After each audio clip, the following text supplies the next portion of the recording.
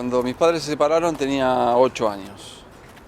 Lo único que supe es que mi papá se fue, mi mamá lloraba, estaba tirada por ahí. Me golpeó más fuerte la separación cuando fui más grande. A mi papá no lo pude ver porque al principio de la separación mi mamá no quería que lo viera. Se negaba, es más, mi papá ha venido a tocar el timbre alguna vez. Mi vieja me dijo que me quedara arriba. Ella bajaba y no lo dejaba verme, lo amenazaba. Hubo uno que otro golpe de parte de mi vieja y bueno, no lo vi más o menos 2 años. Me acuerdo de todo lo que pasé.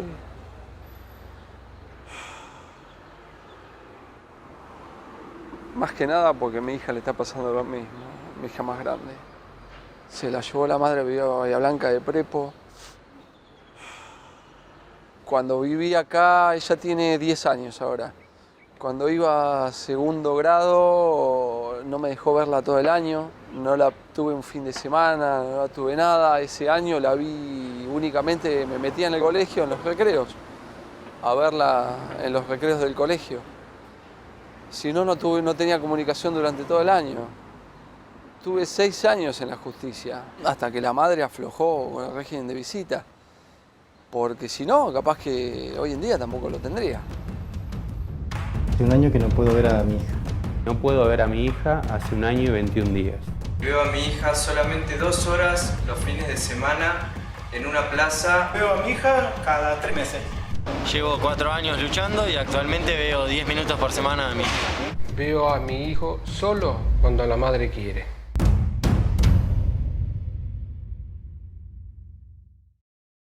En caso de separación por sentencia, la tenencia de los hijos menores de 5 años queda a cargo de la madre, salvo causas graves que afecten el interés del niño. El artículo 206 del Código Civil, al menos en su actual redacción, es una norma discriminatoria. Partía de la idea falsa de que la mujer está en mejores condiciones, siempre es más idónea que el varón para criar a sus hijos. Que el varón tiene que demostrar no solo su idoneidad, sino además atacar la idoneidad de la mujer. A la inversa no ocurre lo mismo con la madre. Hay una especie de automatismo en la norma que parte de la idea de la mayor idoneidad de un progenitor en relación con otro, distinguidos por el sexo o por el género exactamente. Pero esto es un disparate, pero no solamente porque la Convención de los Derechos del Niño en el artículo 6 dice que el derecho de todo niño y niña a convivir con ambos padres, salvo situaciones de gravedad, etcétera, etcétera, sino que es lo que la vida nos enseña. La vida nos enseña que lo razonable es que los hijos crezcan con sus padres y sus padres tengamos contacto, relación con nuestros hijos. Pero muchas veces el impedir el contacto con el otro progenitor tiene que ver con una situación no resuelta entre esos padres, tiene que ver con cierto odio hacia la otra persona o tiene que ver también con la necesidad de perjudicarlo.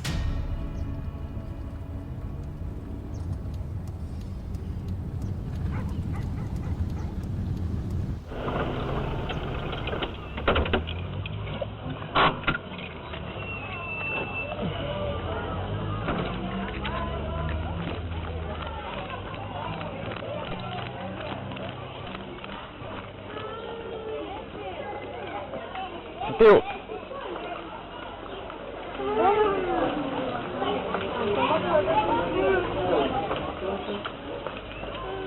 ¿Qué te pasa, Belén? No me iba.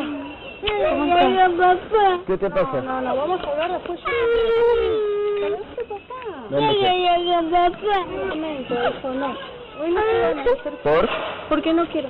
No, ¿Por qué? Porque no, Sergio, no, así no. Mira cómo está, se pone mal, no. Así la verdad, gracias a vos están, ¿eh? ¿Por qué? Porque no te dejo. Pero tienen que venir conmigo. ¿No? ¿Me vas a llamar a la policía? No llamás, la denuncia. ¿Tú tienes que venir conmigo, Susana? ¿Por qué no? ¿Por qué no? Porque digo yo que no. ¿Por qué no? Pero hay una orden. Sí. Vamos, Mateo.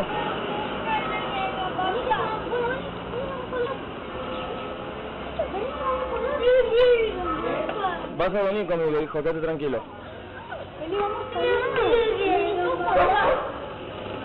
Ven, gracias a vos, porque vos en tu papel les influenció, mira cómo está. ¿A quién es influencia? Vos, Sergio, por favor.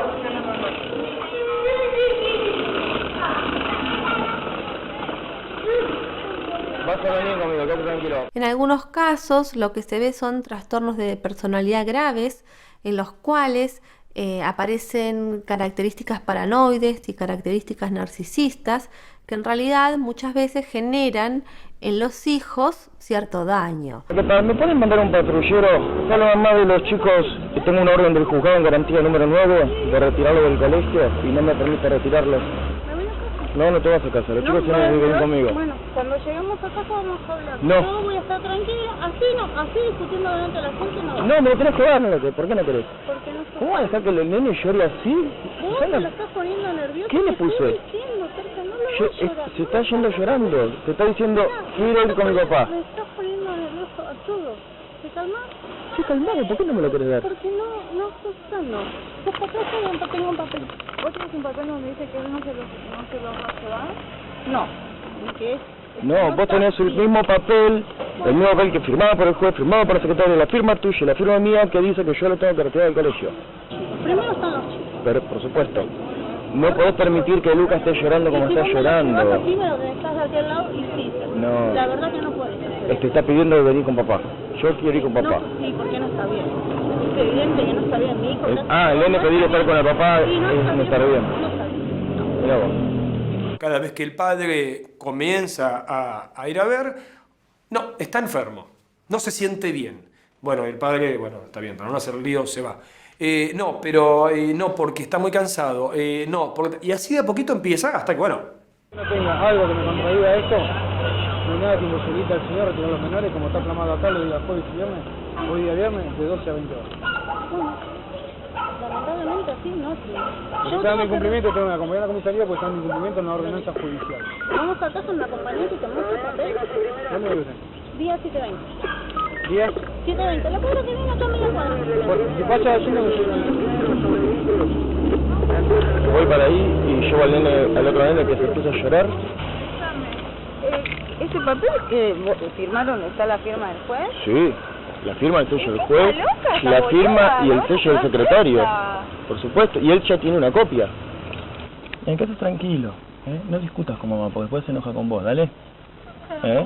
Bueno, yo me encargo de pelear eso, ¿sí? Vos no discutas con mamá, porque después se enoja con vos, ¿está bien?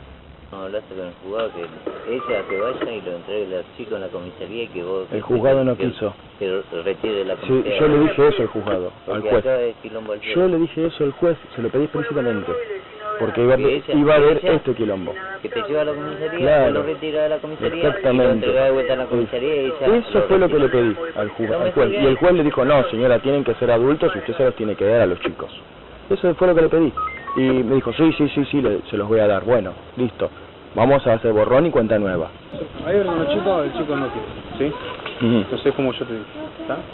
Saludaron más bien, Sí. todo bien, listo. Cuando quiera hablamos. Ya tiene 10 años, ¿viste? Ya los pibes son... Sí. No son los niños que tenía vos que tenía yo. No. Los niños son más despiertos, son más pillos. ¿Listo? Sí, igual acá cometió un delito porque la que dijo no fue ella. No, mira, ahora le preguntas a yo los también con chicos. los chicos, o sea, Sí. hablando entre ellos, le puse los puntos de entrada. O sea, porque vos digas que el tipo no está apto, vos no podés disponer si hicieron lo que yo tengo una orden judicial que no se cumple, ¿está bien? Sí. Ahora, dejame hablar con el fiscal, tiene y eso, presento la madre y le digo, ¿cómo te llamas, Mateo? ¿Vos no querés ir con tu papá porque vos no querés o porque tu mamá no te deja? No, yo no quiero con mi papá, dice, porque no quiero. Digo, bueno, mira, pensalo, no sé, que pasó algo con papá, le digo, en la casa de tu papá. Nada. No, me dice, bueno... Y salió con temas ya que pasa a los adultos, ¿viste? No pasa la mantención, que Sí, igual. eso a vos no tiene que importar, y vos eso tiene que pelear mamá, Claro. el juzgado como lo viene haciendo. Si eso ya es tema de grande.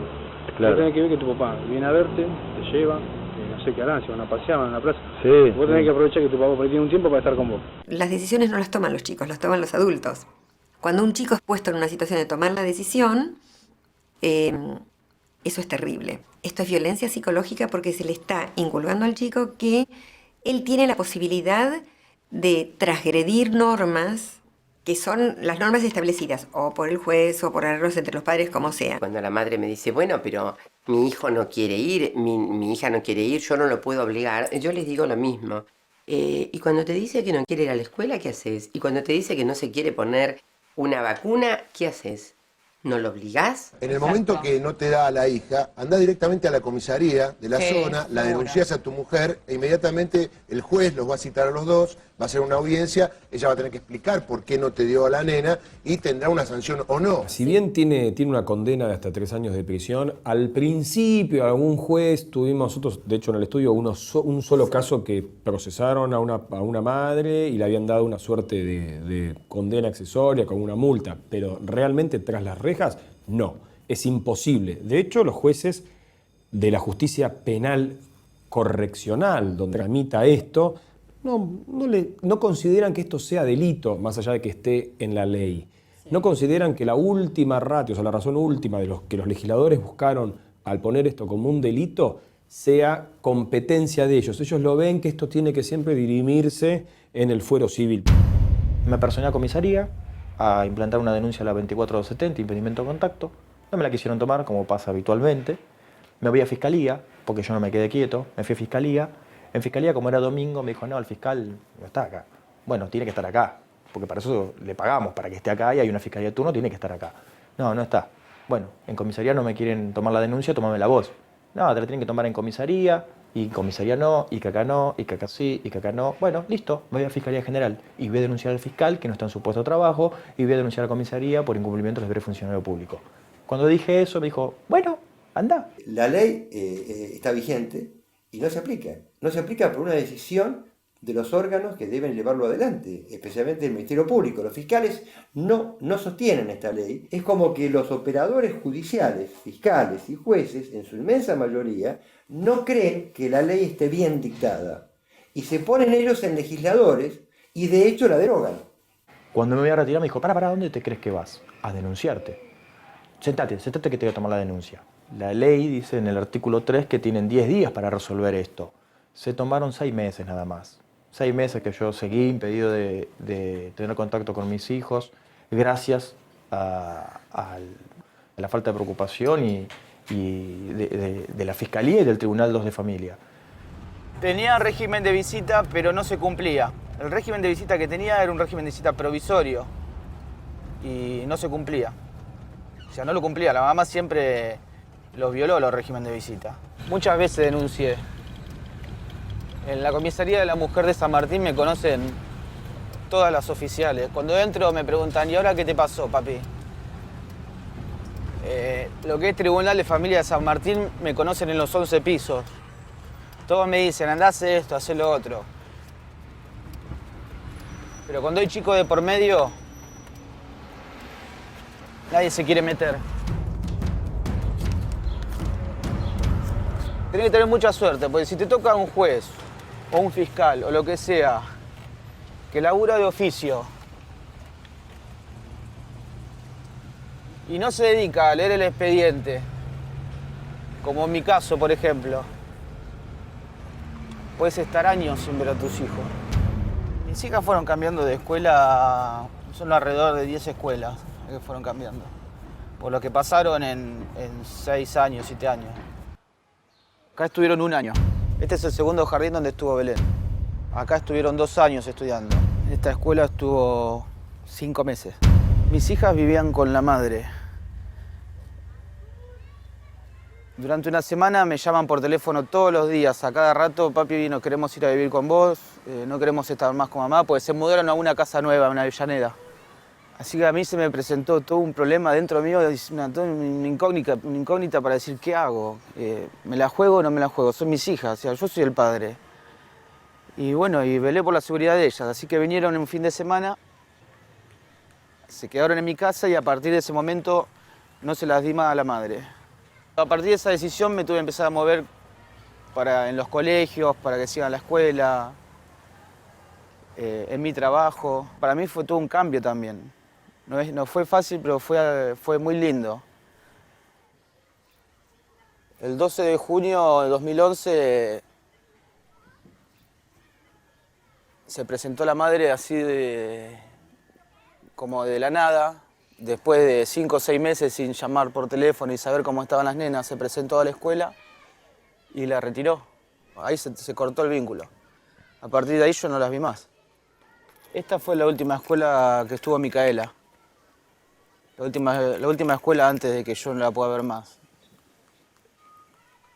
Venir acá me trae muchos recuerdos.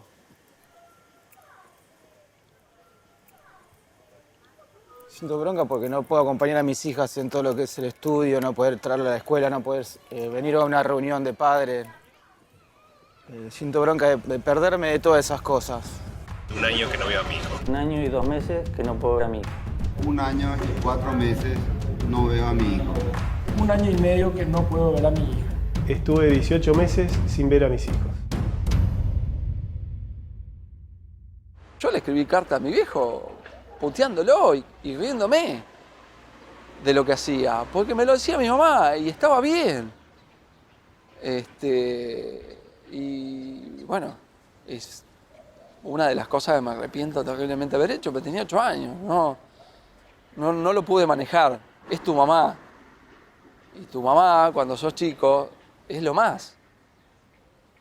¿Cómo tu mamá te va a mentir? O tu mamá te va a decir algo para lastimar a tu papá.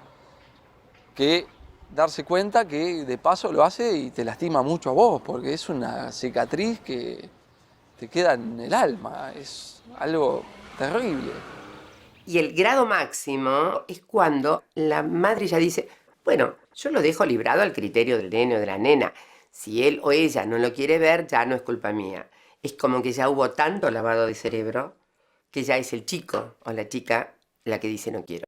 Si viene papá, vos no vas a jugar con la Play. Si vas a ver a tu padre, si lo atendés por teléfono, vos no vas a ir a la plaza, no vas a ir a los cumpleaños. Entonces el pobre chico quiere decir, no, yo con papá no lo quiero, papá no, papá se convierte en un monstruo. O tu papá es malo, tu papá te abandonó, tu papá no te quiere, no pasa alimentos, se fue con otra señora, lo prefirió a ella antes que a vos. Entonces el chico se lo va creyendo porque no tiene una campana del otro lado que le diga lo contrario. ¿Me ha enseñado mi madre a odiar a mi padre? Sí, me ha enseñado a odiarlo, a escribirle cartas, a cortarle la llamada de teléfono, a maltratarlo en público, y mi vieja se ha regodeado de ese tipo de cosas que yo hacía. Y sí, y quedas mal. Un chico que no ve a su padre, que no ve a su madre, sabiendo que lo puede ver porque está vivo, no es que se murió, no es que desapareció, no es que está preso, no es que está desaparecido, sino que se lo desaparecen con el amparo del sistema judicial, con el amparo de la aplicación de las leyes, convirtiéndolo en un huérfano de padre vivo, resulta intolerable.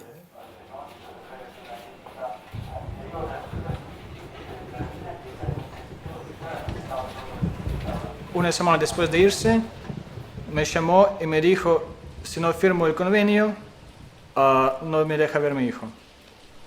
Y entonces ya empezó con esto. Entonces yo fui, firmé algo que realmente no me convenía. Y este mismo día que me hizo firmar, ella fue a la oficina de violencia doméstica y me hizo la primera falsa denuncia. Me acusó de no tener una habitación para el nene en casa. Eso que ella vivía conmigo y nuestro hijo vivía en su pieza. El padre siempre le habla en ruso, no le habla en castellano. Le da libros en ruso. Horrible, ¿no? Pobre niño. Era el fin de marzo, que fue al jardín y no estaba. Me dijeron que lo habían llevado antes. Bueno, mandé un mensaje diciendo, es mi día, quiero llevar a Sasha conmigo, no me contestaron. Luego, eso pasó 2 veces, la tercera vez, voy al jardín, sale una de las maestras jardineras y me dice que no va más al jardín que no sabe dónde va. Que realmente no sé dónde está mi hijo ahora. Pero al mismo tiempo me dijeron en la policía que tengo que ir yo personalmente, tocar el timbre para ver si está. Lo que pasa con tantas falsas denuncias, temo que si acerco a la casa me va a hacer otra falsa denuncia y solo me voy a quedar todavía peor parado que ahora. La misma ley dice, el juez tendrá 10 días, 10, ¿sí? Para restablecer el vínculo. Última denuncia por impedimento de contacto que hice fue en junio. Ahora estamos en noviembre, ¿cierto? O sea, ¿cuánto tiempo pasó? Creo que fueron más de 10 días. Entonces, Incluso el sistema penal tampoco está funcionando. No están aplicando las leyes y no están bajo ningún concepto, están actuando en el mejor interés del menor. Recorrí toda la ciudad, todas las agencias de protección de niños, protección de menores, y no me quisieron atender en ningún lado. Terminé en la oficina de violencia doméstica.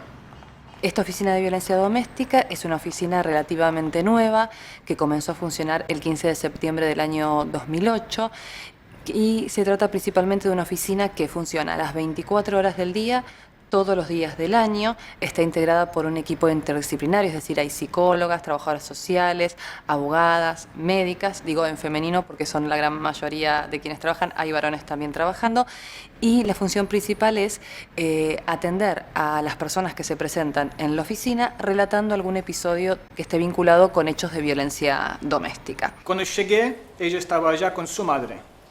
¿Y qué pasó? Ni bien entró, tenía a mi hijo a Cococho.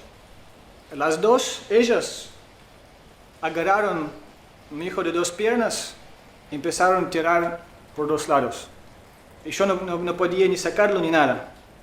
Mi hijo empezó a gritar, bueno, se voló una zapatilla y bueno, me gritaba, déjamelo, déjamelo, déjamelo. Y yo no podía hacer nada, porque estaban tirando de los dos lados a mi hijo. Entonces, vinieron primero, un policía me sacó del espacio, me dijo que el hijo es la propiedad, usó esta palabra, la propiedad de la madre. Y luego, supuestamente, porque hubo una situación de riesgo, realmente lo hubo, por parte de ella y de su madre, ella subió arriba y me dijeron que tengo que volver después. Y bueno, así me trataron. Yo hago la misma denuncia, pero exactamente la misma. Y en vez de poner María, pongo José en el actor de esa denuncia y no pasa absolutamente nada. Y yo pongo María y el juzgado actúa. Yo pongo María y la OBD reacciona. Yo pongo María y me califican una violencia de grado 4. Yo pongo José diciendo que la mamá está haciendo todo esto y no le creen. Esa es la realidad. Tuvimos un caso de una pareja que se había separado, donde eran dos empresarios, ella una mujer de muchísimo poder económico y una gran decisión, que cuando se llevaba a los hijos, cuando le hablaban del padre, los molía a golpes. Entonces un día lo mandamos al padre, acá, a la oficina de la OBD, llevó a su hijo de 11 años con un ojo morado, y iba la mano llorando, y la psicóloga de turno y la abogada de turno lo echaron, literalmente, porque con el argumento de que no diga más mentiras. ¿Cómo una mujer, una madre, le va a pegar a un hijo?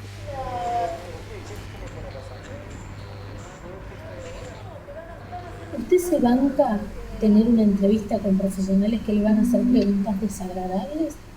¿Era más que desagradable que ahora? Va a estar 2 horas y media. ¿Qué clase de preguntas? Pero usted nunca lo pegó. ¿Usted está seguro que nunca lo pegó? Pero acá dice que usted tomó alcohol. Usted nunca tomó alcohol, no se autoriza y tiene una amenaza de esa clase de preguntas y en ese tono. Estoy listo preparado para eso. Bueno, tiene varias horas de demora y esto se lo digo. ¿Se puede hacer hoy mismo?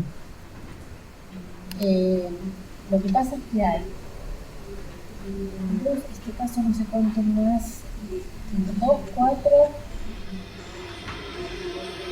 Eso es todo mentira hasta su... Usted dice que yo soy la... ¿Pero qué me puede pasar? A ver, ¿peor que estoy ahora? No, que van a hacer un informe donde diga que a pesar de que es usted el que viene a hacer el relato, que no es creíble su relato y que es la señora la que está en una situación de riesgo porque usted miente.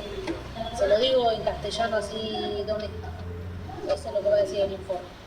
O sea, me va a decir directamente que yo estoy mintiendo, por más que realmente... Y lo más probable es que sí, porque acá vino a hacer ella la denuncia y como ella es mujer, se le cree a ella. ¿Pero que es la práctica común? ¿Eso es legal? No, pero es la práctica común. ¿Pero cómo puede ser eso si no es legal? Porque acá hay un equipo de profesionales que, como la Corte Suprema dice que son especialistas en violencia de género, ellos se dan cuenta cuando un hombre miente y siempre se dan cuenta. Creerle a un papá varón es ciertamente mucho más difícil y mucho más incómodo, porque es casi hasta políticamente incorrecto sacarle los hijos a la mamá. Cuando una persona especializada en los estudios de género toma la declaración y el testimonio, observa, analiza, escucha el discurso de una mujer que ha sido violentada, puede detectar con absoluta facilidad si ahí hay o no hay mentira. El sistema funciona con un mayor grado de aceptación a la credibilidad del discurso dado por una mujer que por un hombre. Y no basado en la fuerza del discurso, en las pruebas que lo sustentan, sino en el género. Y esto es grave. 15 meses sin mis hijas, Mariana y Jimena, las amo. Durante 1 año y medio no pude ver a mi hijo. 1 año y 10 meses que no puedo ver a mi hija. Hace 2 años prácticamente que no me dejan ver a mi hijo. Hace 2 años que no veo a mi hijo. Yo hice una elección en mi vida de trabajar en el marco del paradigma de los derechos humanos, con una perspectiva de género, orientadas a contribuir a la mejor calidad de vida de las personas.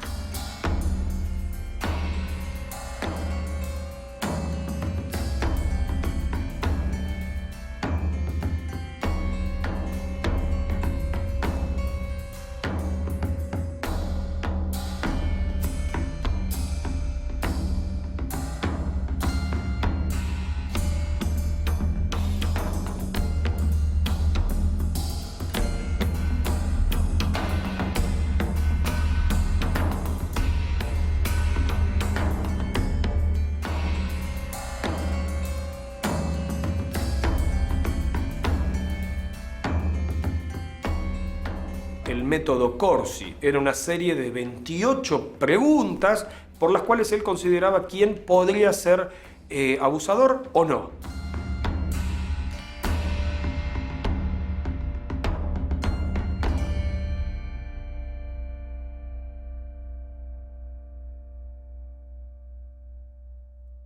Impresionante esta noticia, esta detención de este reconocido psicólogo que sería, según la investigación, el jefe de una banda de pedofilia, una banda que se dedicaba a captar menores, a seducirlos, a hacerles un trabajo psicológico para después usarlos para fiestas sexuales con mayores de edad, para ser grabados, filmados y subidos a internet. Le decían, no, pero el sexo tiene que ser libre, está bien, este sexo entre nosotros porque somos amigos y tenemos más allá de una amistad, pero quédate tranquilo que te vamos a llevar con un capo de la mente.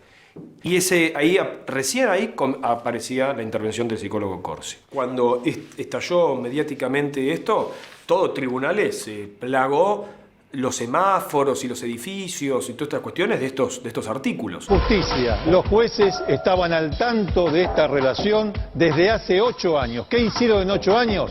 Nada, absolutamente nada. Nos dimos cuenta que tenía el señor Corsi un grado de impunidad muy grande y fue a la larga bastante desprolijo producto de esa impunidad que tenía, porque entiendo yo, eso es una apreciación personal, que se consideraba superior. Él decía la verdad y la víctima mentía. Todo lo contrario de lo que él escribió en sus libros.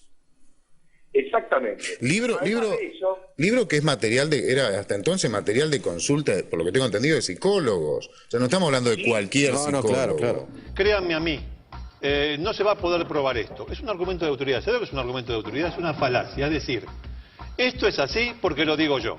El psicólogo condenado por corrupción y abuso sexual a menores de edad se presentó en los tribunales. Jorge Corsi deberá cumplir 3 años de prisión efectiva tras haber acordado un juicio sin debate oral a cambio de confesar su delito. Lo que se viene ahora, y esto es terrible, es que un grupo aproveche esta situación de Jorge Corsi para poner en duda todo lo que ha habido en sentencias hasta ahora. Se está hablando de que van a pedir amparo judicial para todas las sentencias donde Jorge Corsi pudiera haber estado involucrado.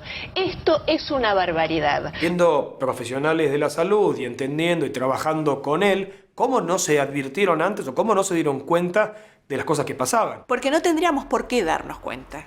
Esto es sobrevaluar nuestra condición de psicólogas y convertirnos en una especie de videntes que ven más allá que el resto de los mortales. Luis Corsi integraba un grupo donde hay todavía algunos de su equipo que están actuando con total para mí desparpajo. Todavía incluso hoy yo veo por algunos lados, ya sea en forma de doctrina, que citan párrafos escritos por Corsi o artículos que a su vez fueron citados por Corsi, o bien otras personas que desarrollan artículos en base a Corsi. Desde la Organización Mundial de la Salud se plantea que la violencia causa daño en el otro. Esta definición se contrapone a lo que planteaba Jorge Corsi como la violencia cuyo fin último no es producir daño en el otro. Era el director de la carrera de violencia dentro de la Facultad de Psicología y sin embargo no hablaba de la violencia femenina. Yo había presentado una ponencia sobre la violencia femenina. Se llama violencia femenina, una mirada políticamente incorrecta, denunciando todo este tipo de cosas que suelen aparecer, y la denuncia, la ponencia desapareció, fue cajoneada, nunca existió.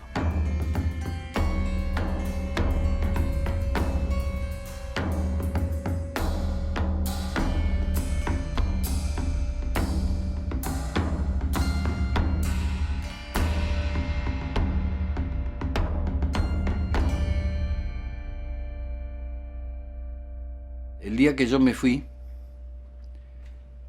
cuando yo estaba haciendo el bolso, Claudia agarró al chico, a quien yo le había entregado al decidirme a irme. Le había dado el chico porque la última cosa fue que ella trataba de arrebatarme el chico. Le di el chico y bueno, y ella agarró, vino con el chico en brazos. Fue hasta la puerta del cuarto donde yo dormía en el suelo ahí. Y le dijo al chico, bueno, míralo a tu papá porque no lo vas a ver nunca más. 2 años y 10 meses que no veo a mis hijos. 3 años que no puedo ver a mi hija. Pasé 3 años sin ver a mi hija. Cuando yo todavía convivía con ella, el chico no tenía 1 año. Un día me pega una golpiza muy, muy fea. Mientras yo le hacía muecas al chico tipo la Vita Vela, le hacía muecas al chico para que el chico no se diera cuenta, porque todo esto era enfrente del chico, para que el chico creyera que era un juego. Luego me voy al Hospital Rivadavia, constato lesiones que no eran demasiado graves, salvo algunas marcas en la pierna que todavía tengo cicatrices. Y después me voy al juzgado de violencia familiar, ahí en la oficina de violencia familiar, ahí en La Valla 1200, y empiezo a llenar una denuncia. Alguien me toca el hombro, me doy vuelta, me dice, mire, señor Newbery, aquí yo no debería decir esto, pero vengo a decirle que me dijeron lo que estaba haciendo y bajé a decirle que usted está mal asesorado, porque si yo le doy curso a su denuncia, lo tengo que echar a usted de su casa. ¿Cómo le digo? Me acaban de reventar a trompadas y me van a echar de mi casa además. Dice, sí, porque la ley especifica claramente que en caso de violencia familiar, habiendo un menor, el que se va es el hombre. Los profesionales que van escuchando el relato van tomando de ese relato algunos indicadores. Y eso es suficiente para el dictado de una medida de protección, porque justamente son medidas cautelares que no hacen a la declaración de responsabilidad, sino que están dirigidas a prevenir futuros hechos posteriores. Es una herramienta que, si se utilizara razonablemente, comprobadamente y de manera singular, es decir, atendiendo al caso concreto con los debidos fundamentos, en algunos casos puede sí generar un espacio incluso hasta de alejamiento que da lugar a un ámbito de reflexión que después pueda dar lugar a un encauzamiento del tema. Pero el violento no lo para una notificación en papel de un juez que le diga que no se puede acercar. La presencia del hombre en la casa realmente es conflictiva, ¿no? En el caso de una mujer que un hombre poderoso le saca a los hijos, ahí tiene que luchar, porque luchar por su propia recuperación, porque es objeto de violencia de género y tiene que luchar por estar con sus hijos. Sí, ahí no queda otra que pelearla. Pero los hombres no son objeto de violencia de género. Entonces pueden esperar.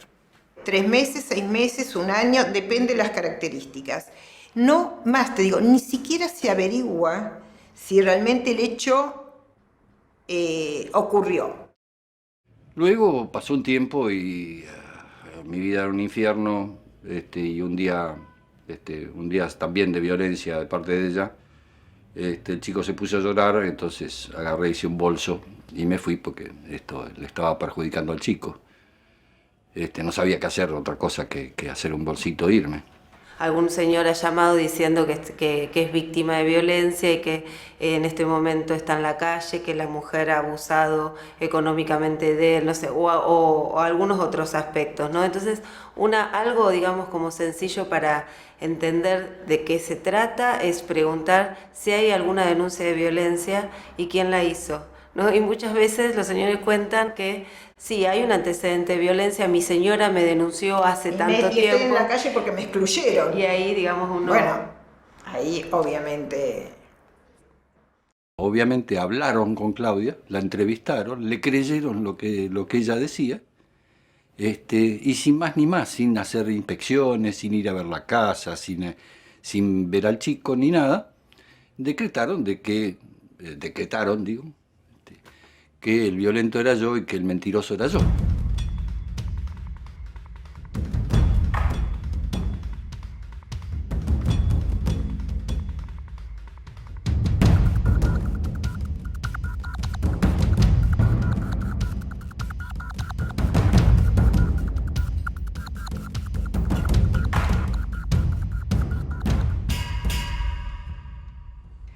Y es difícil que una mujer invente que le pegaban a sus hijos, o que él no le da dinero, o digamos, cualquiera de las formas de violencia. Creo que los varones mienten. Es fundamental recuperar el principio de igualdad ante la ley, que implica también no prejuzgar. Entonces, y no buscar explicaciones para las conductas de las personas según el sexo que tengan, porque eso es una violación a elementares reglas de convivencia humanas. Hasta el momento del seguimiento hecho de los 32.000 casos que se han enviado desde la oficina, en ninguno de ellos los jueces han extraído testimonios para investigar la posible comisión del falso testimonio o falsa denuncia en los hechos. Luego, hace pocos días, es muy reciente, los vecinos esta vez tomaron coraje e hicieron la denuncia a ellos. Yo no tengo la menor idea porque ni sé quiénes son los que le hicieron la denuncia. Tomaron coraje y además estuvieron grabando, en una tarea de espionaje aparentemente, estuvieron grabando los ruidos, los sonidos de la casa, y filmando algún video entre endijas, y los presentaron como prueba. Y inmediatamente el mismo consejo del menor, la familia, etcétera, etcétera, con la orden del juez, ante las pruebas y todo demás, allanaron la casa, le quitaron el chico, que ahora está en un hogar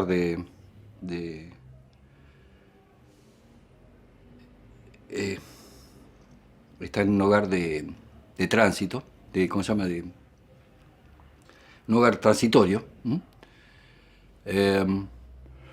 Pobre chico, está sin padre, sin madre, no lo podemos visitar. Y me prohibieron también, le prohibieron las visitas a la madre, lo cual es razonable. Pero me prohibieron las visitas a mí también por esta fama de violento, a través de todas las falsas denuncias que han pasado. Ha habido una cantidad enorme de falsas denuncias. Muchas de ellas comprobadas como falsas y sin embargo... Con el tema de las denuncias, a veces suele ocurrir que se reconocen finalmente que las denuncias han sido falsas y esa persona muchas veces fue privada del vínculo con su hijo porque no se ha investigado adecuadamente. En nuestro país no hay estadísticas de denuncias falsas y tampoco hay sanciones para las denuncias falsas, no hay sanciones adecuadas. Por tal razón, muchas veces en los expedientes se encuentran acusaciones que luego no son comprobadas. Cuando son comprobadas pasaron muchos años. 4 años que no puedo ver a mi hijo. Hace más de 4 años y medio que no puedo ver a mis hijos. Más de 4 años que no puedo ver a mis hijos.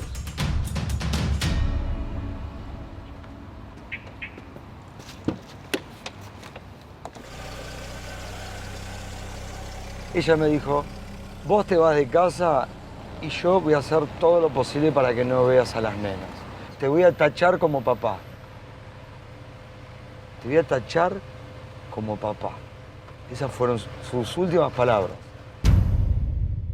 Yo no me puedo acercar a 200 metros del colegio de las nenas ni 200 metros de la casa de ella para no tener contactos y no tener discusiones que pueda llegar inclusive ella a traer para que no haya más problemas entre nosotros o en la causa. Hasta que yo no tenga un régimen de visita, tengo impedimento. ¿Cómo tengo el régimen de visita? Con una revinculación asistida. Ella no se presenta a la revinculación asistida. Nunca voy a tener un régimen de visita. Nadie le pone un límite y sigue pasando el tiempo.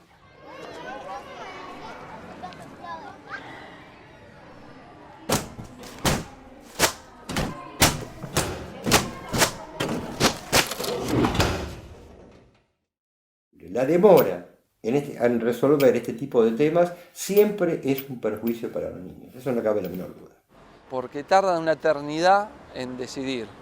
Que no deciden, porque en mi caso esperaron a que haya un test psicológico por un perito del juzgado, a la cual tardaron 1 año en darle bola al informe. Salió un informe totalmente favorable por un perito del juzgado y la madre, como salió favorable a mí, lo refutaba. Y tardaron 1 año en decidir. Y eso no puede pasar. Un chico, 1 año, de un chico de 4 años, 1 año, es el 25% de la vida. Es muchísimo. Nosotros creemos que siempre el tiempo juega a favor de los chicos. Sí. Y fortalecer a la mamá, entrevistas también a veces con la abogada de la mamá o el abogado para dilatar algunas cosas, para tirar hacia adelante. La denuncia tiene que ser parte de una estrategia que tiene que charlar previamente con abogado, terapeuta. Que las medidas de protección tienen son medidas cautelares y tienen un determinado plazo, es decir, no son eternas.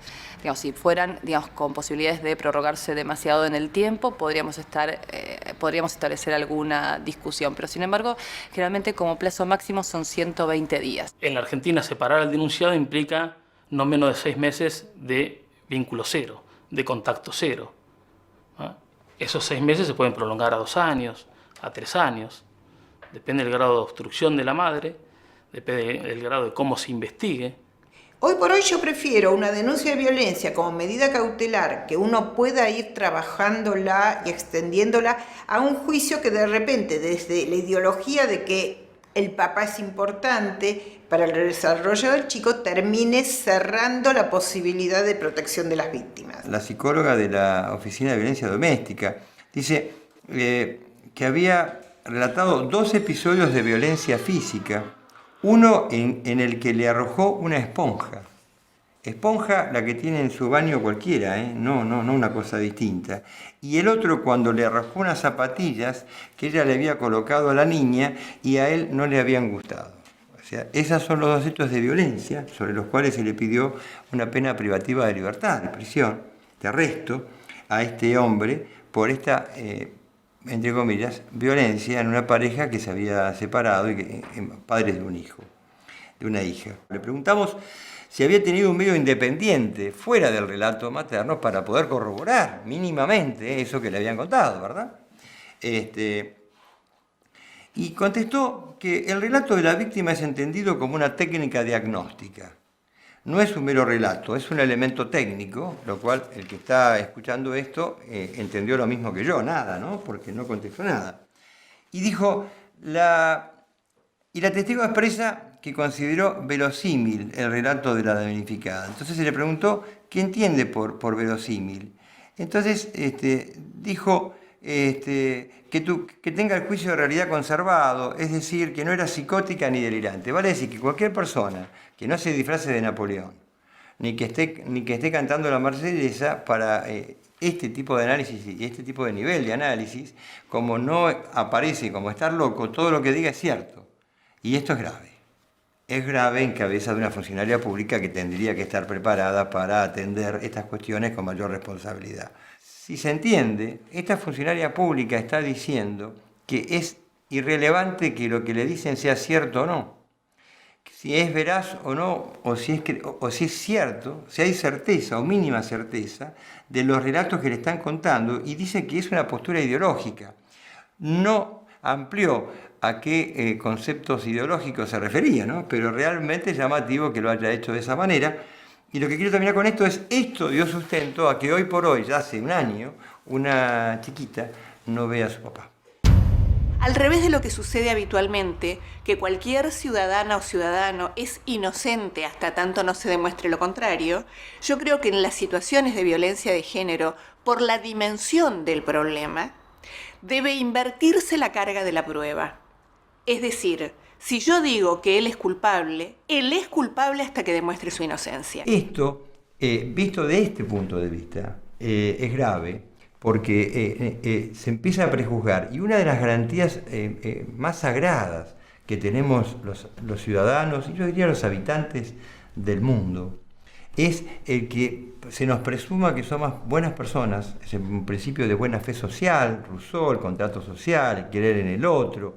La Constitución en el artículo 18 de Argentina, los pactos conexos, el Pacto Internacional de Derechos Humanos, la Convención Americana, todos crean estructuras de credibilidad en las personas y que las personas son inocentes hasta tanto se demuestre lo contrario a través de un debido proceso donde tiene que haber hechos, prueba, contraprueba, acusación, defensa y sentencia. 4 años y medio sin tener contacto con mis hijas. Hace 5 años que no le veo a mi hija. Hace 6 años que no puedo ver a mi hija. Aún no se determinó si el niño dormía en su propia cama o estaba en el lecho matrimonial junto a Cruz, cuando a la medianoche, de acuerdo al grito que dijo haber escuchado la hermana mayor, la mujer sumergió al niño en el jacuzzi. Adriana, ¿vos mataste al nene? Sí. ¿Por qué motivo? Para cagar al padre. Ha tenido ella una internación psiquiátrica en una clínica de Quilmes durante 40 días. Hay una denuncia penal con fecha de fines de febrero de este año. El padre denuncia que la mujer quiso aparentemente atentar contra la vida de sus hijos, suministrándole pastillas para dormir. Me dicen algunos especialistas que en el caso de los hombres no es tan sencillo como en el caso de las mujeres. Es decir, si una mujer denuncia que su marido quiere hacer una cosa así, rápidamente separan a los hijos. En el caso de los hombres a veces no, y esto tendrá que hacer una crítica al interior de la justicia civil si es que se determina que esa denuncia existió. El fiscal anoche estaba tratando de certificarla. De la denuncia. Acordate que el crimen fue el 19 de febrero, un mes antes.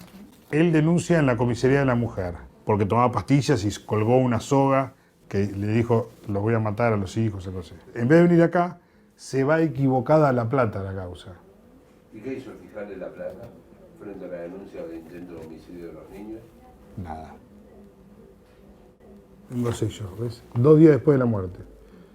¿Ves? ¿Y en el medio dónde estuvo? No sé. ¿A qué le damos prioridad? ¿A un tipo que dice que la mujer va a matar a los hijos porque dice que está loca? Esto antes de la muerte, el chico. Pero no lo decía, había una internación, había elementos.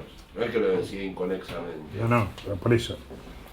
Con el cúmulo de trabajo que hay acá, si hubiera llegado esta causa acá, de amenaza, que lo quieren matar, hubiera por ahí...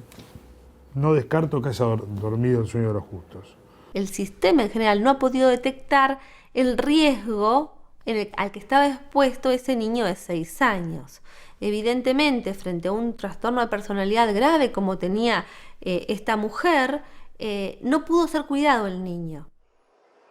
Estaba discutiendo con el hermano más chico y que en la cocina la madre estaba en el dormitorio y que siente un golpe. Empezó a sangrar, la madre va y sutura a mi nene con un pegamento la gotita. Lo medica con un analgésico y el nene le refería muchísima cefalea y que sentía ganas de vomitar y que le daba sueños. Lo castigó lavando el patio, baldeando el patio por pelear con el hermano. Mi nene le volvía a referir que sentía ganas de vomitar y le persistía el dolor de cabeza y lo manda a dormir. 4 horas después, el nene se despierta sangrando de vuelta. Ingresa al Hospital Fiorito a las 17 horas, o sea, 5 horas después. Le ven una fractura de cráneo. Le hacen una tomografía y ven en uno de los hemisferios una hemorragia importante. Y a las 9 de la noche me avisa a mí. O sea, 9 horas después me avisa a mí de lo que había pasado. Y el médico me dice, mira, el nene, la madre me refiere de que el hermano más chico le pega un palazo en la cabeza y sufrió un traumatismo de cráneo. Pero un día viene una médica y me dice, papá, ¿puedo hablar con vos? Sí. Salgo al pasillo.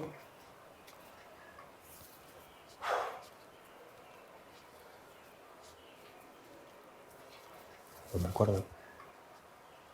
Me agarran 2 médicos y me dicen, papá, te hago una pregunta. ¿Vos alguna vez notaste algún signo de violencia por parte de la madre, algo raro? Le digo, sí, le digo, muchas cosas raras hay. Bueno, no, mira, papá, nosotros presentamos una denuncia en la policía porque un día Mateo, mientras estaba internado en terapia intensiva, lloraba y pedía por el papá. Bueno, nosotros nos acercamos y le preguntamos, ¿qué pasa, papá? ¿Por qué estás así? ¿Querés que llamemos a mamá? No, a mi mamá no, a mi papá. ¿Qué te pasó? Y me dice, mi mamá es mala. ¿Pero por qué es mala? Porque me pegó con un palo en la cabeza. Y le vuelve a repetir lo mismo. Hacen la denuncia en la policía, dijimos, bueno, lamentablemente tuvo que pasar esto para que el juzgado me escuche. Y no me escuchó. El nene dijo, mi mamá me pegó. Está en la historia clínica. Se llevó la copia de la historia clínica certificada por el instituto. 2 médicos dicen lo mismo, no es uno. Presentamos una medida precautoria en el Tribunal de Familia informándole que el nene se iba a ir conmigo de lo sucedido y que solicitábamos la tenencia pronta de los otros 3 nenes porque estaban en riesgo de lo que había pasado. Yo dije, bueno, esta vez el Tribunal de Familia me va a escuchar. Y no me escuchó.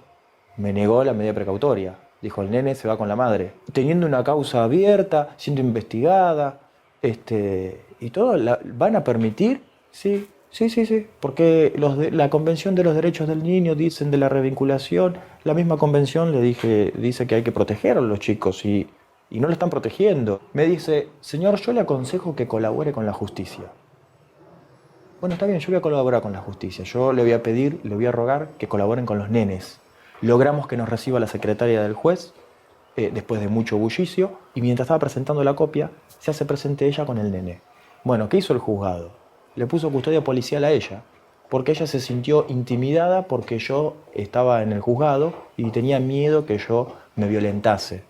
Y le dije a la secretaria del juzgado, esto que está pasando pasa por culpa de ustedes, porque ella ahora se va con custodia policial protegida y se siente impune, porque ustedes se lo están permitiendo. Yo estuve 1 año y medio sin ver a mis hijos porque ustedes se lo permiten.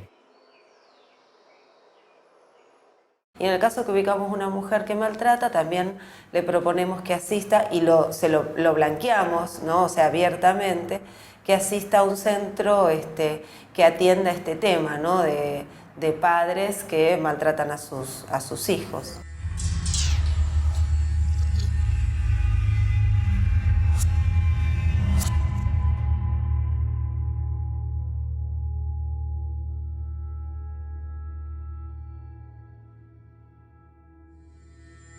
Uno dice, bueno, a ver, estamos defendiendo a las mujeres, pero los chicos, que esto a veces son críticas que se reciben de organizaciones que trabajan con niños o de profesionales que solo trabajan con niños respecto de quienes trabajamos también con mujeres. ¿Hasta cuándo ¿sí? vamos a trabajar para que las mujeres, digamos, que maltratan a sus chicos, dejen de hacerlo? O sea, ¿cómo puede ser que a mí, por las dudas, por la denuncia de ella, sin pruebas, sin nada, me pongan una perimetral? Y me respondió el juez, y es para preservar la integridad física de la supuesta víctima. Le dije, porque si fuese al revés, ¿qué pasa si el denunciado fuese yo? Si los nenes vienen a un régimen de visita y yo me pongo loco y le pego un palazo en la cabeza a uno de mis hijos y le fracturo el cráneo y le produzco la misma lesión que le produjo la madre al nene, ¿qué pasa en ese caso? Ah, no, usted está preso.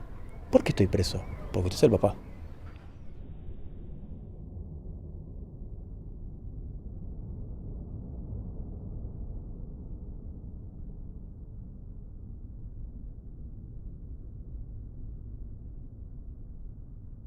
And as I took the women in, I looked at the first 100 women that had came in with their children. And of the first 100, 62 could be described as violent as the partners that they left. So it never has been a gender issue. These lies and false figures and statistics have been disseminated internationally through the Western world. And men have been deemed as perpetrators, not because they happen to be violent, but because they happen to be men. 40 years since you opened that first refuge. Yes. And just remind us, just before I let you go, sorry, just remind us what happened. You had to leave the country for quite a long time, didn't you? Well, because what I'm saying now, there were huge pickets against me. And I was threatened, yes, for daring. This is $1 million industry, domestic violence. The women who control it are not about to let any kind of evidence in that's going to take away the money. What do you mean by that?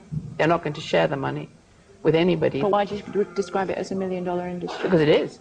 It's, you know, in what way? The National Federation of Women's Aid gets something like $12 million from the government, let alone all the rest of it. So you're saying they're manipulating the government in order to and what they always have.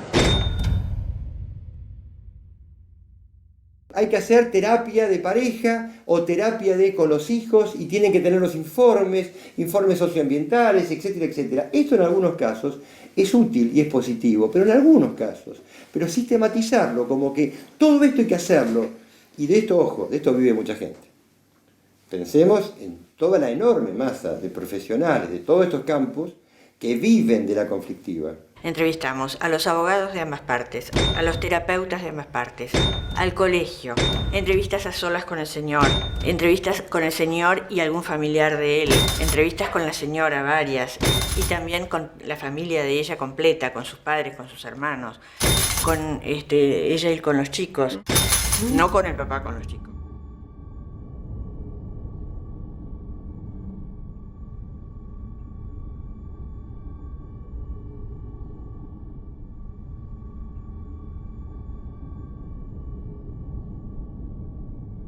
Para mí es puro comercio.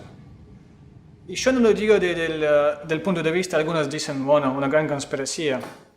No hace falta que haya una conspiración. Entonces, la perduración del conflicto, la intervención del Estado y la manutención de ese estado de cosas, lo que hace es que una enorme masa de personas viva de conflictos que no se resuelven y los que pagan el pato son los chicos. No puedo ver a mi hija Frida hace 6 años y medio. Lamentablemente hace como más de 7 años, entre idas y vueltas, que no veo a mi hija. Hace 7 años que no puedo ver a mi hija.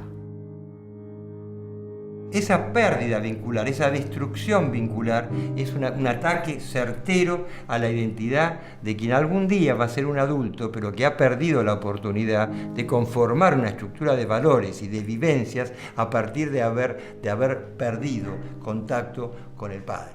Y esto es muy grave. La identidad social y psíquica no se construye por una presencia estática de dos personas que el registro civil coloca ahí. Se construye por una interacción con muchísima gente, medios de comunicación, todo influye en la construcción de la identidad. Por lo tanto, que no esté un padre, que no esté un hombre, no es grave. Hay feministas, en España las llaman feminazis, que sostienen a rajatabla que los niños, los hijos tienen que quedar con la madre porque la madre está más preparada, tiene mejores condiciones, etcétera, etcétera. Es una idea machista, definitivamente machista, que va de contramano con los principios de igualdad a los cuales todos aspiramos. Cuando un padre es excluido de la vida de sus hijos, ese chico está sufriendo un daño irreversible, porque no se considera con derecho a amar a ambos padres, no tiene derecho a construir su identidad sobre la identificación con el padre y con la madre, no tiene una imagen de familia que le permita sentirse seguro en la vida, y además tenemos que tener en cuenta que todos estos episodios a lo que llevan es a que los chicos tengan problemas psicológicos de diferente tipo. Los ponen en una situación en la cual inmediatamente o mediatamente van a sentir culpa, una culpa que no les va a permitir desarrollarse libremente en la vida. Es grave porque aprenden a hacer la técnica de sustitución. Ah, no, este no sirve porque mi mamá dijo que no sirve, entonces sirve el nuevo. Y no es lo mismo que la imagen paterna se la dé el abuelito, el tío materno o el nuevo marido, ¿no? Porque realmente necesita tener la imagen de su propio papá. O sea, al estar con mi mamá y su pareja, me llevó no solo a distanciarme de mi papá en un plano afectivo y físico, porque nos distanciaban 350 kilómetros, sino que había una suerte de desconfianza hacia él o de sentir que era el lado malo de la situación, que es algo que comúnmente pasa. Yo como hijo tenía 11 años para ese momento y yo pensaba, me dice mi mamá, que es en general con quien uno más confía, me está diciendo que mi viejo es una persona que jode, que lo único que quiere es romper las pelotas, y yo me como esa imagen involuntariamente. O sea, no voy a negar que en su momento pensé cosas muy feas de mi papá, de hecho llegué a estar muy peleado, y es como que ahí hay toda una situación de que yo me arraigo a la imagen de mi mamá que me da, y con eso tengo empiezo a tener una mala relación con mi viejo, de situaciones muy complicadas. Llegué al extremo de no querer que estuviera conmigo cuando me entregaron el diploma de egresado de primario, que es como toda una situación complicada que uno cuando no conoce el otro lado de la campana es más difícil juzgar. Hace 7 años que no puedo ver a mi hija Luna. Hace 8 años que estoy peleando por la tenencia de mi hija. 20 años que no le doy un beso a mi hija, no la veo. Si son padres que aman, esperen. El dolor se lo tienen que bancar, se lo tienen que soportar, pero es seguro que si esperan, no presionan y tratan de obtener información a través de sus abogados, si es que tienen abogados, o a través de alguna persona que pase información sobre sus hijos, están enterados de lo que sucede. Esa idea estereotipada, ¿qué indica? Que en el cuidado, en el ámbito familiar, digamos, el cuidado de los niños está a cargo de las madres, al igual que el cuidado de la casa, a cargo de las mujeres, mientras que la obtención de los ingresos para el financiamiento, digamos, o la economía familiar queda a cargo del padre. El padre es el financiador de la familia y el protector de la familia. Aportar económicamente todo lo que puedan aportar, no estar ausentes en lo económico. Aportar en lo posible un plus para la vida de sus hijos, ir haciendo un ahorro. Esperen que el reencuentro se va a dar. En APADESI, en un año normalmente recibimos alrededor de 1000 contactos, ya sean papás, mamás, abuelos, tíos y hermanos también que piden por sus hermanos que están siendo obstruidos del vínculo con ellos. Nuestra asociación AFAMSE nos contactan aproximadamente entre 8 y 10 personas por semana. Poquito menos de la mitad pueden ser del interior del país. Nosotros tenemos empadronados en Mar del Plata 144 familias que están padeciendo los no cumplimientos de los regímenes de visita. 600 personas de Mar del Plata se han comunicado con nosotros. La problemática del impedimento de contacto ya es extensiva a todo el país y es a nivel mundial. Por lo tanto, hoy venimos a personas en la generalidad. ¿Y el tema cuál es? Hace 2 años que no puedo ver a mi hijo, que tiene 8 años, hace 4 años. Que ellos hagan cumplir con los derechos de los niños. Quiero justicia, que lo quiero ver a mi hijo. No los puedo ver. Y fíjese con la edad que yo tengo, de 90 años. Yo me la paso llorando casi todo el día en casa. A mí me hacen venir un día, hago 1000 kilómetros y me dicen pasamos la audiencia para la semana que viene, vengo la semana que viene, pasamos la audiencia para la semana que viene y así yo vivo viajando 1000 kilómetros y no se restablece el vínculo a pesar de haber una orden del Cuerpo Interdisciplinario de Violencia Familiar que se debe restablecer el vínculo en forma inmediata. Me dieron un régimen de visitas en el juzgado de 8 miércoles, la madre no fue nunca y no le pusieron ninguna pena.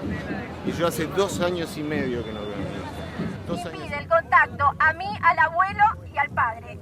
El nene sufre por nosotros porque no lo ven, 3 años con nosotros y no sé nada de él.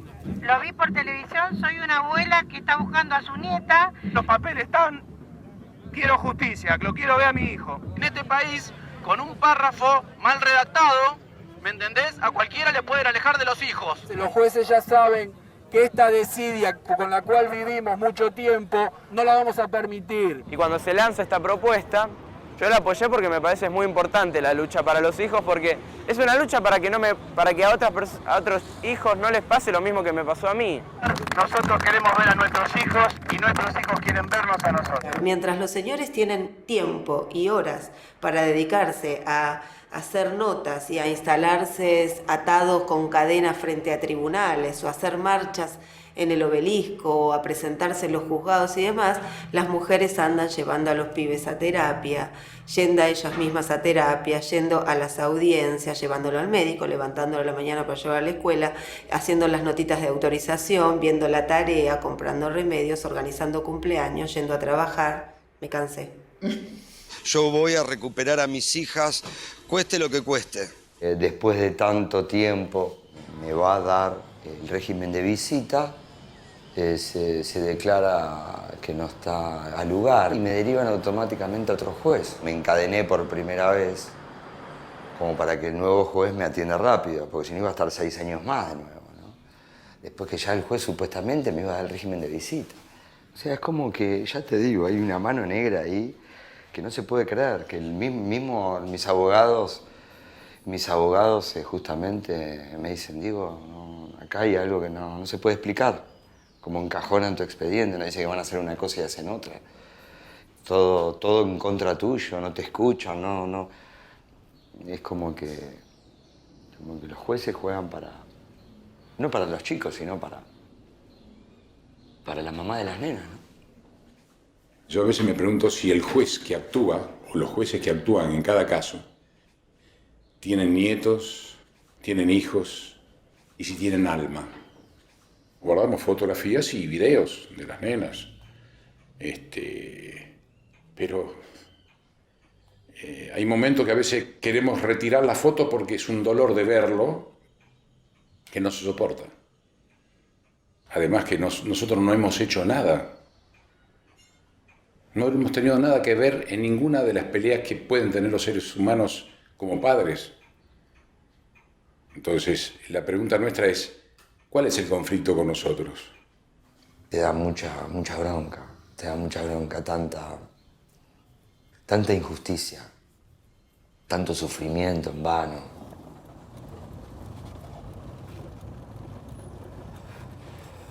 A ver, hijitas mías, espero que estén bien. El ritual de todos los días.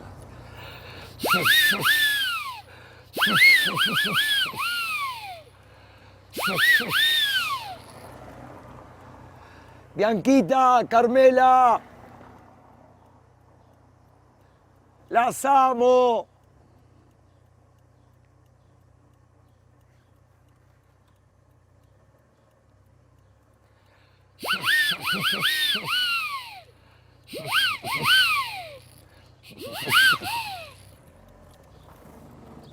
Papá está. Papá corneta me voy a poner.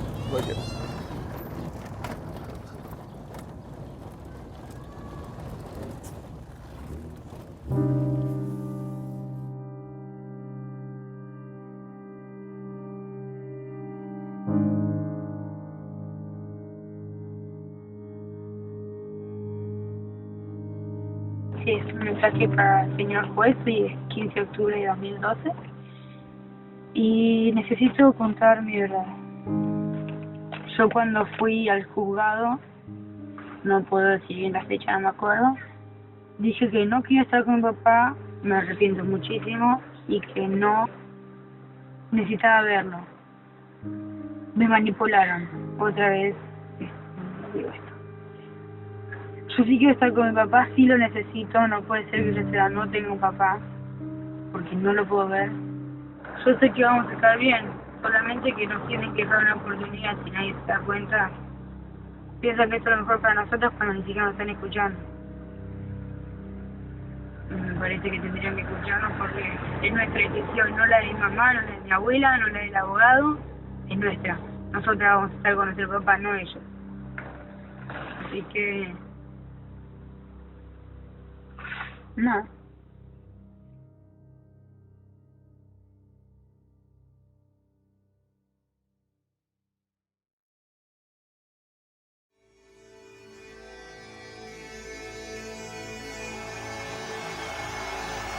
Please talk to me. Won't you please come talk to me? Just like it used to be. Come on, come talk to me. Come talk to me. Come talk to me.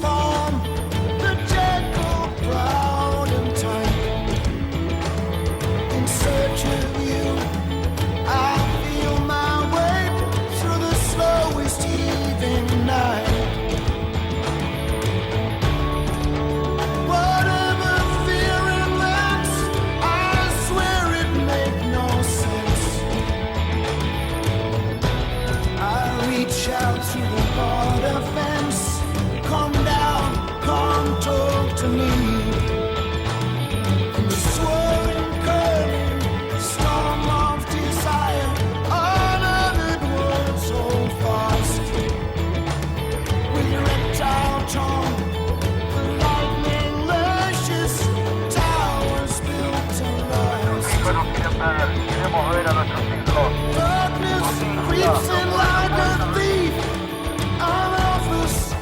No relief. Why are you shaking like a leaf?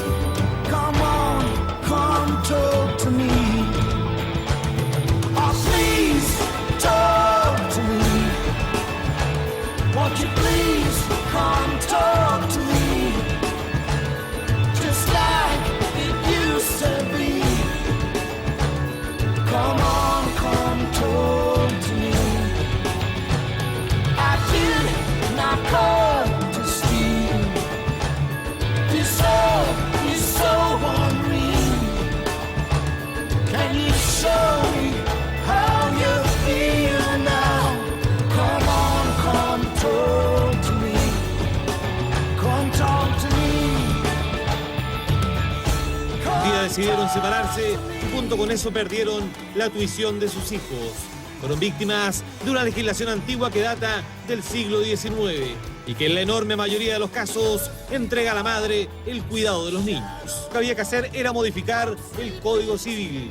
Y después de años de tramitación parlamentaria, el Senado aprobó por fin y en forma unánime la llamada Ley Amor de Papá, que entrega la tuición compartida de los hijos en caso de separación. Las parejas, los matrimonios se separan, pero los papás nunca pueden separarse mientras los niños estén vivos. Y por ende, siempre esa responsabilidad debe mantenerse. No queda en manos de la mamá, sino que tienen que ponerse de acuerdo quién queda con la responsabilidad de los hijos. Y si no se llegan a poner de acuerdo, debe resolverlo el juez. Please talk to me. Won't you please come talk to me?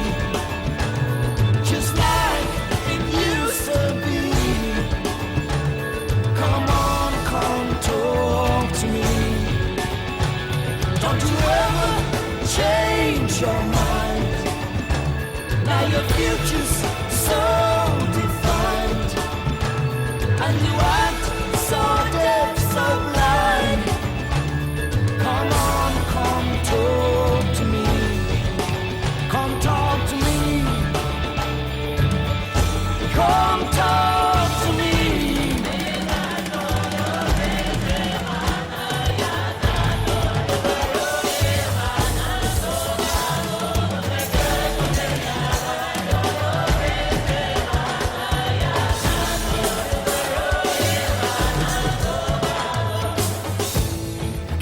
imagine the moment, breaking out through the silence, all the things that we both might say.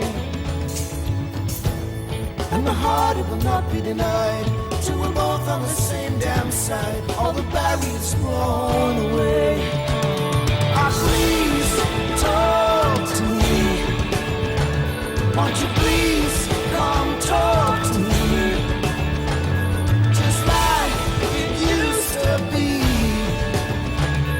Come on, come talk to me. I did not come to steal. You're so unreal. Can you show me how you feel now? Come on, come talk to me. Come talk to me. Come talk to me. Hace 7 años que no puedo ver a mi hija. Hace 4 años no puedo ver a mi hija.